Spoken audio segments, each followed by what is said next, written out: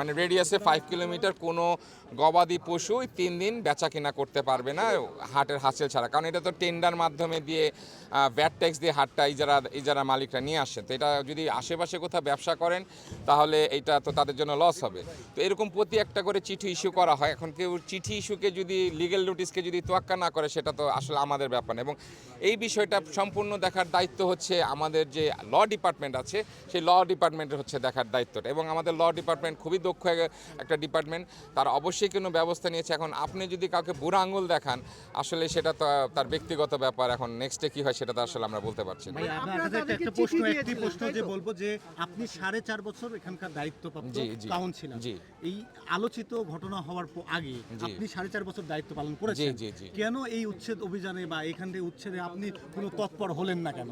আমি একটু আগে প্রশ্নের উত্তর দিয়েছি, যেটা কখনো স্বপ্ন চিন্তা করে নেই সেটা বাস্তবায়ন করেছি, ট্রাক স্ট্যান্ড উচ্ছেদ করেছি, যেটাকে বলা হতো আর্মি আসলেও সম্ভব না, সেটা মেয়র মহোদয়ের ইচ্ছায় ওনার চেষ্টায় সেটা উদ্ধার হয়েছে। এটা হলো না কেন? আমি আসছি, তারপরে আমরা কোথায় গেলাম, ওইটা উচ্ছেদ হওয়ার পর কিছুদিন বন্ধ ছিল, তারপরে আমরা গেলাম বসিলাতে।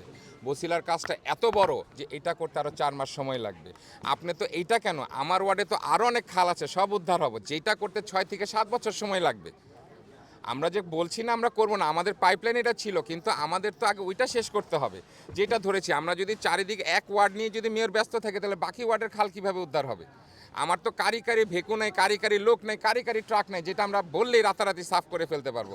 আপনাকে একটু আগে বলেছি এখানকার প্রবলেমটা এখনও হচ্ছে, এই মাটিটা আমরা কোথায় ফেলবো, এই মাটিটা কে নিলামে নিবে, এগুলো তো আমাদের খালি করতে হবে। যত আমরা নিলামে দিতে পারলে আমাদের একটা ফান্ড আসবে সিটি কর্পোরেশন, আমাদের হ্যাসেলটা কমে যাবে, কিন্তু সেরকম লোক তো আমরা পাচ্ছি না। আজকে আমরা 7-8 মাস ধরে এটা খুঁজছি যে আমরা এটা ফ্রি অফ কস্টে দিয়ে দিচ্ছি, সে মাটিটা কেটে এখানে নিয়ে যাবে। আজকে এখন যখন আমাদের ভেকু আসবে সব আসবে, এটা কিন্তু সিটি কর্পোরেশন নিজের খরচে করা হবে, এবং এটা 1-2 টাকা খরচ না ভাই, এটা অনেক টাকার খরচ। আজকে আমরা যখন লালতলা খাল উদ্ধার করেছি সেটার কিন্তু বিশাল বাজেট গেছে। আমরা যে ভাঙচুর করেছি, লালতলা বাজার উদ্ধার কাজ করছি, এগুলো অনেক বাজেট আসে ভাই। আমরা বলিনি যে উদ্ধার করবো না।